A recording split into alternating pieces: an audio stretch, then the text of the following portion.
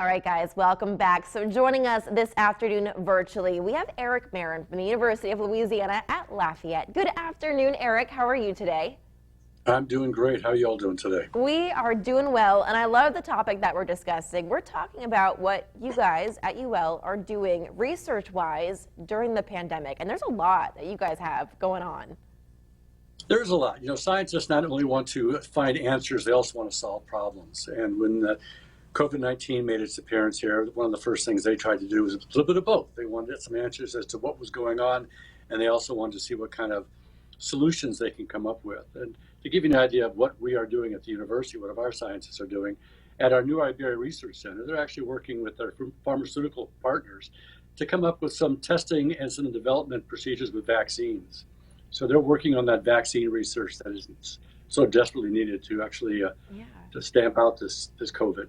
And that's really exciting stuff, especially for the students and researchers at the university. But you were telling me too, a student, they also came up with something, which I think is pretty awesome. A lot of our students are involved with research, but we have one undergraduate student that is doing some research on how to mitigate some of the stress that a lot of us feel when we're going through this. And so this student is actually doing some research on different exercise modes that we can use at home to help alleviate that stress and help kind of relax us a little bit as we kind of work through this process. And from a university standpoint, what's that like when you see that you have students in undergrad thinking like, I want to do something to help, let's look into research and let's do something with this? Well, it does not make me feel like an overachiever, that's for sure, but it's always it's great to see that they do this kind of work. I mean, we have our students involved with research throughout the institution. I mean, that's one of our goals is to bring as much research and as many students into our research programs as possible. So to see them doing something like this and doing something on their own is really it's good to see, and our faculty and staff is very proud of it. And why is it so important that the universities, especially during a time like this, take part in research to try to come up with solutions to the problem that we're facing, which right now is COVID-19? Well, we're all part of the same community, and I think it's important that we maintain that connection. We help our neighbors as much as possible.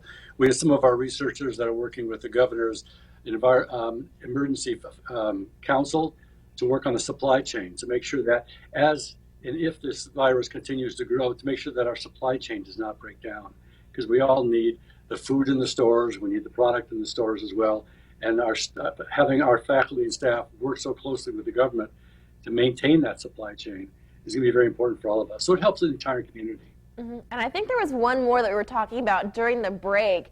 What was the last one that you guys are working on over there at UL? God, I know it's hard to say except for the last one. There's so many. There are so many. We have some of our mathematicians actually working on studying. You wouldn't think that the mathematicians be involved in this, but math is very involved with all sorts of science. They're working on analyzing the distance that is and how to make it even more effective. So we have a whole wide range of curriculums and areas of study that are working on solving this problem. And then Eric, real fast, we actually lost signal while you were explaining what the mathematicians were doing. So real fast before we go, can you let us know what that was? Yes, what they're working on is analyzing the social distancing to see how effective that is and how to make it even more effective. Well, I love everything that you guys are doing over there at the university to help with this. Thank you so much for joining us virtually to share with the community. And guys, if you want to learn more, we're going to post this interview on our website, kadn.com. Stay with us. Before we go to break, we're sending it on over to Corey.